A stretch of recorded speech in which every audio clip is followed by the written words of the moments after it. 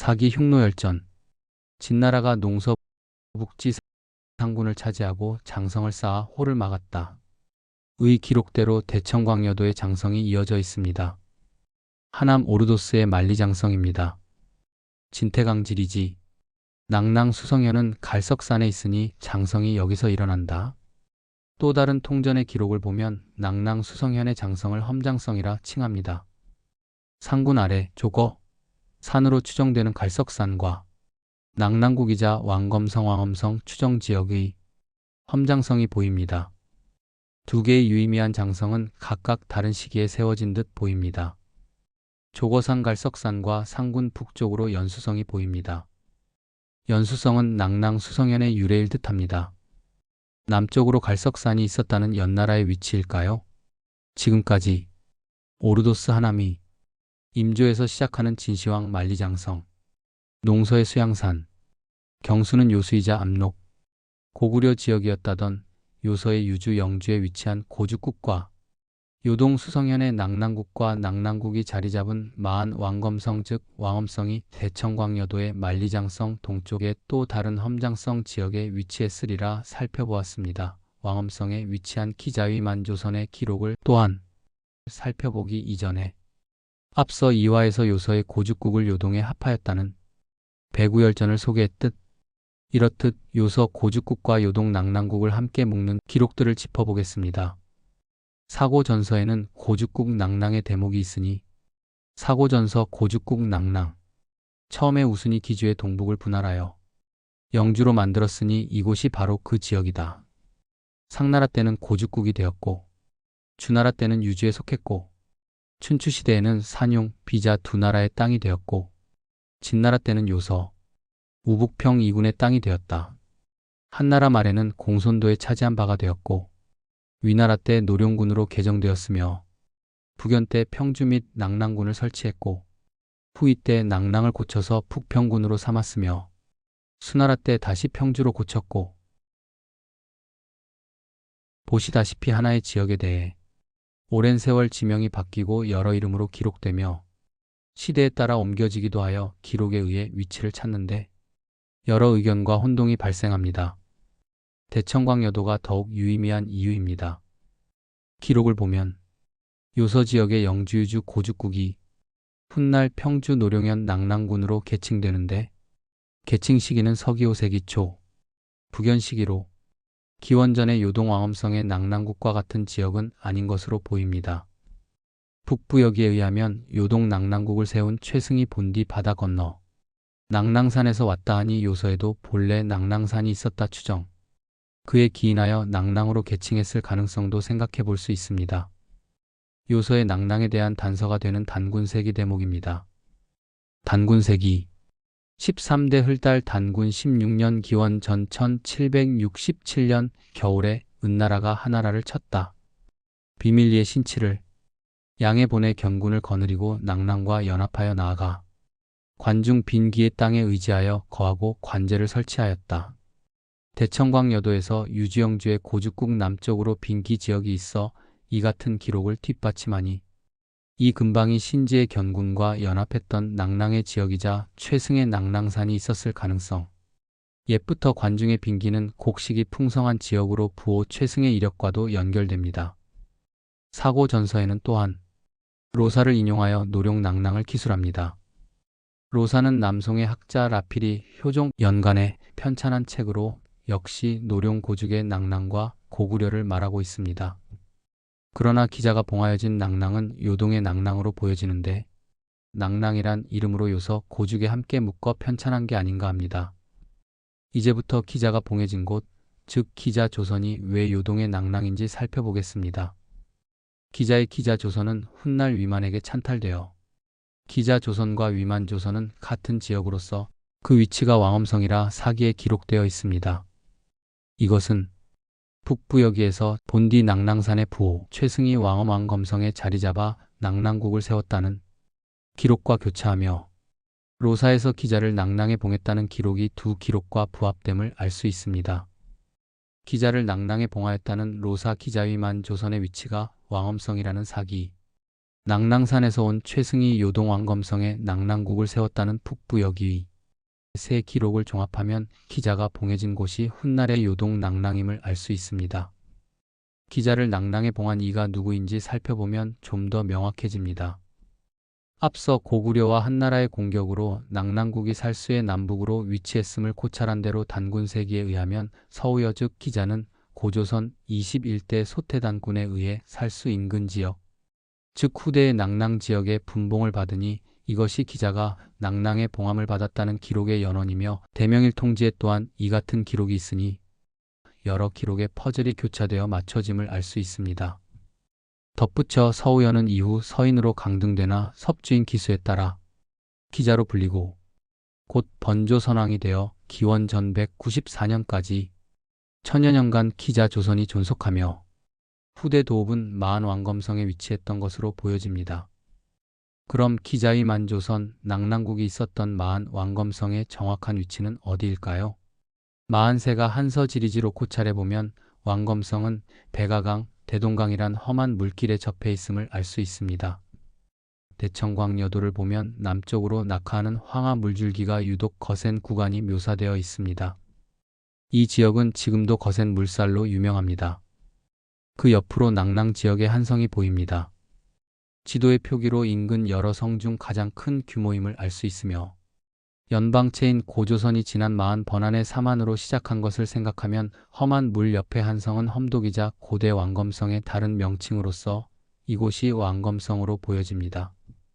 또한 이 지역은 오르도스를 둘러싼 황하를 건널 수 있는 통로가 있어 동쪽의 광대한 영역과 연결되므로 역사적으로 요충지였으리라 보여집니다. 왕검화엄성은 고조선 말기 기자조선과 위만조선이 위치했던 곳으로서 위만조선의 기록은 사기 한서 등에 자세히 나와 있어 소개합니다. 사기 조선 열전 위만은 망명자 왕의 도읍은 왕검, 창녀의 험독현, 조선왕의 험독현은 요동에 있으니 왕검성은 낙랑군 패수의 동쪽에 있다. 한서, 한나라 시대, 요동태수는 만을 외신으로 삼을 것을 약속, 국경 밖의 만일을 지켜도록 아들을 거쳐 손자 우거에 이르러 가로막고 통하지 못하게 하였다. 원봉 3년 기원 전 108년 여름 니계상 참삼이 사람을 시켜 조선왕 우거를 죽이고 와서 항복하였다. 왕검성은 함락되지 않았다. 죽은 우거의 대신 성기가 또 한나라에 반하여 다시 굴리를 공격하였다. 좌장군이 우거의 아들 장과 항복한 상 노인의 아들 최로 하여금 그 백성을 달래고 성기를 주살하도록 하였다. 이리하여 드디어 위만조선을 평정하고 진번 임둔 낙랑 현도의 사군을 설치했다. 전한서지리지 요동군에는 험독이 있다. 응초가 말하길 조선왕 위만의 도읍이다. 험한 물에 의지하였기에 험독이라 하였다. 신찬이 말하기를 왕엄성은 낙랑군에 있다. 패수의 동쪽 이에 스스로 즉 험독이다. 사고가 말하기를 신찬의 설명이 옳다. 기록에 나오는 요동의 왕검성 서쪽의 패수 위치에 대해 의견이 분분하여 대청광여도에서 찾아보겠습니다. 패수와 유사한 한자로 저수가 보입니다. 그 동쪽으로 왕검성으로 추정한 한성이 있습니다. 옆에 저군이 있습니다. 조군으로도 발음합니다. 북부 여기에 패수를 조하라고 기록하고 있어 이곳이 패수일 가능성을 높입니다. 패수의 동쪽 이에 스스로 즉 험독이다의 기록대로 추측해본 강이 동쪽으로 스스로 서 있는 험장성이 있습니다. 요동 낙랑 지역 왕검성 서쪽에 위치했다는 패수의 기록과 일치하는 저수는 본래 패수였을까요? 패수는 요수와 함께 경계지로서 고대사에 중요한 의미를 갖고 있습니다. 패수라는 강이 고조선과 한나라의 경계였듯이 기원전 춘추 전국 시대부터 고한민족과 중국 화족이 인접하여 다퉈왔음을 산용의 기록을 교차 검증하며 살펴보겠습니다. 고죽국이 춘추시대엔 산용 비자의 땅이었다는 사고전서 기록대로 춘추 국가들과 고죽지역 산용의 전쟁 기록이 사기에 등장합니다. 사기 연소 공세가 연나라 장공 27년 산용이 침략하자 제나라 환공이 연나라를 구하기 위해 북정길에 올라 산용을 정벌하고 귀환했다. 사기 제태 공세가 3년 산용이 연나라를 치자 연나라가 위급함을 제나라에 알렸다. 제환공이 연나라를 구하고자 드디어 산흉을 치려고 고주까지 이르렀다 돌아갔다. 단군세기 36대 메륵단군 52년 기원전 653년 채께서 병력을 보내 수유 군대와 더불어 연나라를 치자 연나라 사람이 급히 제나라에 알렸다. 제나라 사람들이 대거 고죽으로 들어서다 우리의 폭병을 만나 전세가 불리하자 화친을 구걸하고 물러났다. 같은 사건의 기록이 서로 유리하게 적은 듯 다릅니다. 설원의 기록에서 진실을 찾습니다. 설원 제환공이 고죽과 산흉을 치면서 사람을 시켜 노나라의 도움을 청하자 노나라 왕이 대책을 논의 신하들이 군대가 수천리 많이 땅에 들어가면 분명 돌아오지 못할 것입니다 하자 말로만 도와준다 하고 군대를 보내지 않았다. 즉 노나라가 도와주지 않자 단군세기 기록처럼 제나라는 화해를 구하고 물러난 것으로 보입니다. 이같이 기록을 교차 검증하여 진실을 찾을 수 있습니다. 또한 고죽국이 옛 고조선 영토이며 중국에서 고조선을 산흉이라 칭했음을 알 수 있습니다. 지금까지 1, 2, 3, 4편에 걸쳐 몽염장군과 푸소태자의 묘에서부터 동이족과 오르도스 진시황제의 만리장성 고조선 대부여를 뒤이은 북부여와 기자조선의 유래 경수는 요수이자 압록 유주영주에 위치한 고구려 땅 고죽국 백이숙제의 수양산 서암록의 고구려 마한 왕검성의 낙랑국과 기자위 만조선 험장성과 갈석산 산흉이라 기록된 고조선 패수와 왕검성의 위치 등을 대청광여도와 함께 살펴보았습니다. 지금까지 이야기들이 현재 상식에서 크게 벗어나 먼저 고개를 저을 수 있습니다. 고고학적으로 고인돌과 빗살무늬 토기의 분포도를 통해 고한민족의 활동 영역을 살펴보겠습니다. 전 세계 고인돌의 절반 이상이 한반도에 분포하듯 고인돌은 한국 청동기 시대의 대표적 유물입니다.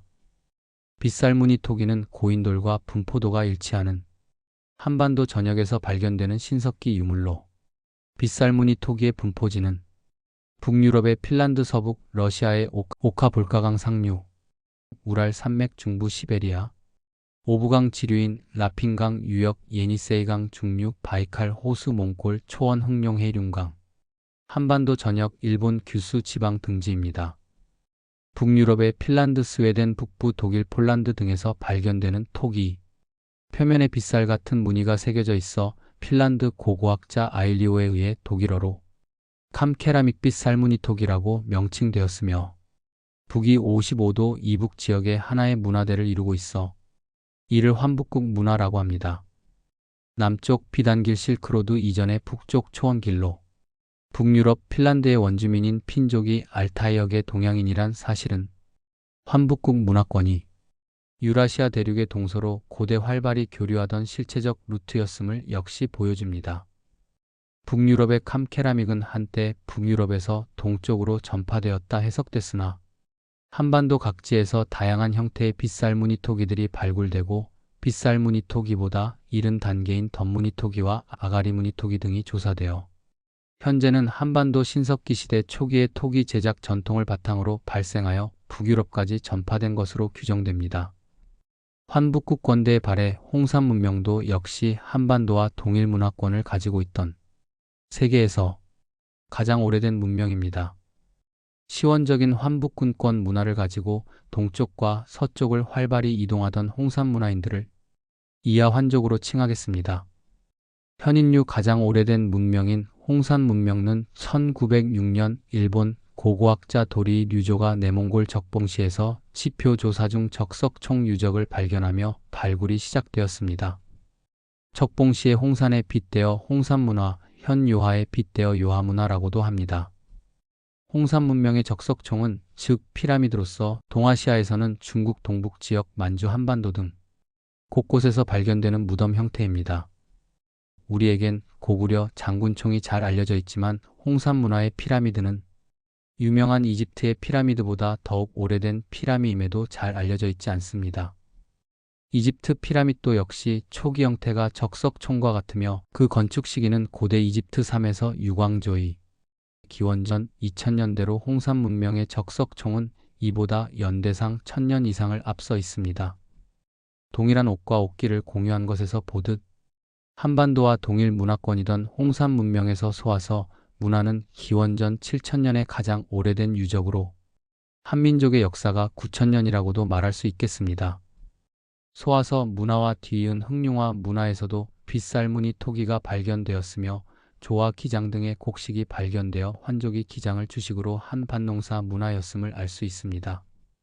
산동성의 푹신 문화는 빗살무늬 토기와 밭농사 문화의 환족으로 빗살무늬 토기 대부분이 팽이형 토기입니다.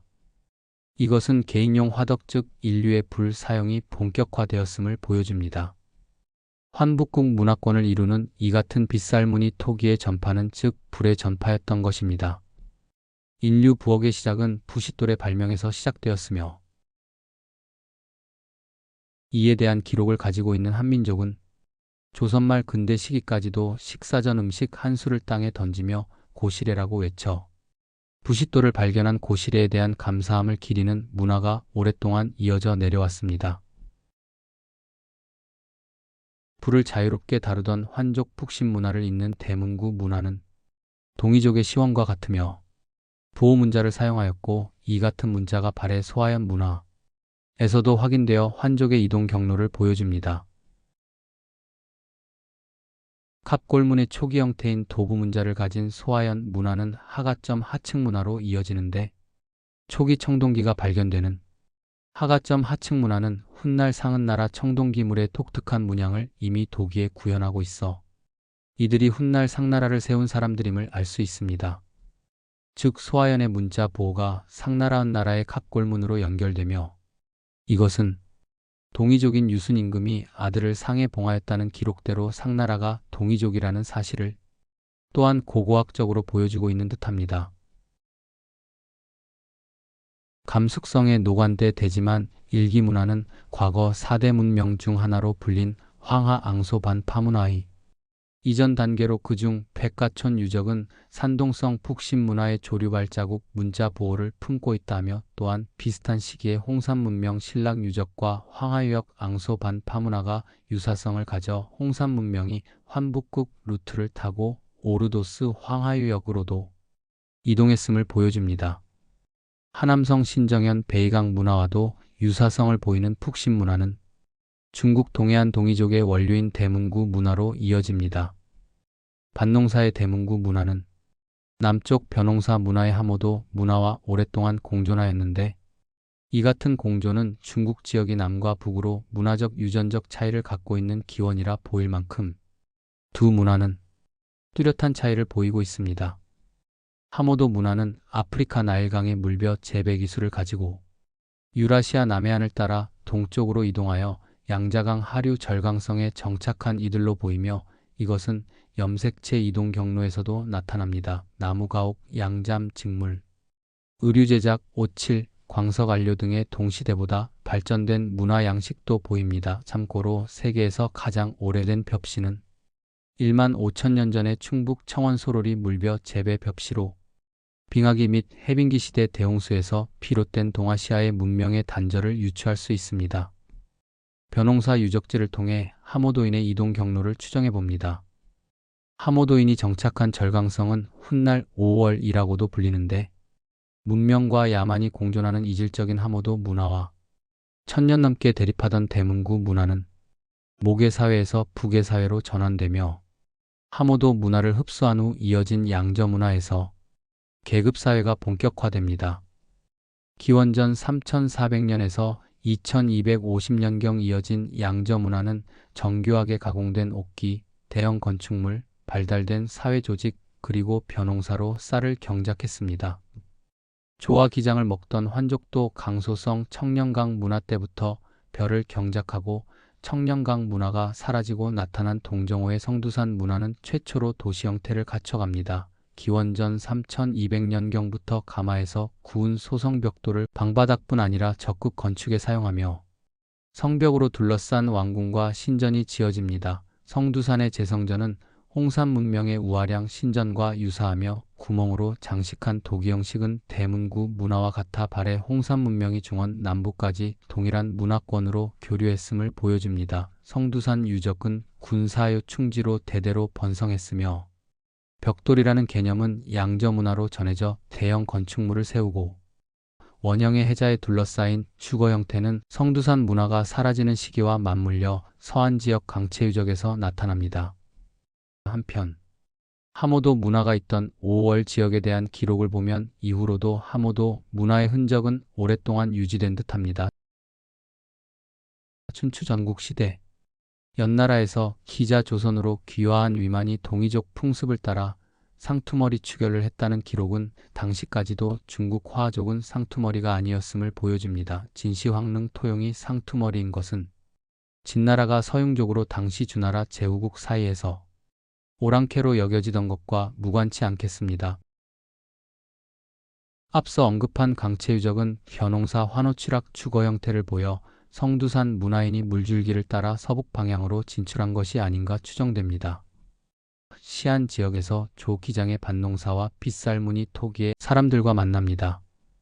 쌀을 주식으로 한 앙소문화 강체유적은 서안 임동구 려산 자락에 위치했으며 5개 시족 모계사회 환호취락 거주 형태입니다. 시기와 지명이 우연인 듯 부합하는 태백일사 기록을 소개합니다. 고조선은 오가를 주축으로 이루어진 공화제였으며 태백일사는 단군 왕검이 웅려군 려족 출신이라 기록합니다. 선사시대 문화 형성기의 이동 경로가 대청광여도를 통해 살펴본 기록과 동질성을 보여 세심한 연구의 필요성이 요구됩니다. 환족의 이동 경로를 보여주는 팽이형 빗살무늬 토기는 불을 사용한 개인 화덕용 토기라는 명백한 정체성을 보여줌에도 인류 부엌의 시작점이라는 중요한 고고학적 의미 대신 모래에 파묻어 세운 토기라는 억지스런 해석 위에 무늬에만 집중해온 이상한 시간이었습니다. 우리에겐 부싯돌 원리를 발견한 고실의 기록이 있으며 조선말까지도 음식을 먹기 전 그리고 수확한 농산물을 산천에 뿌리며 고실에 라고 외치던 풍습으로 그 업적을 기리는 문화가 이어졌다는 사실은 우리의 문화와 생활이 고대로부터 실체적으로 깊이 연관되어져 왔음을 보여줍니다. 이상 대청광여도로 풀어보는 만리장성과 고구려 고조선 이야기였습니다.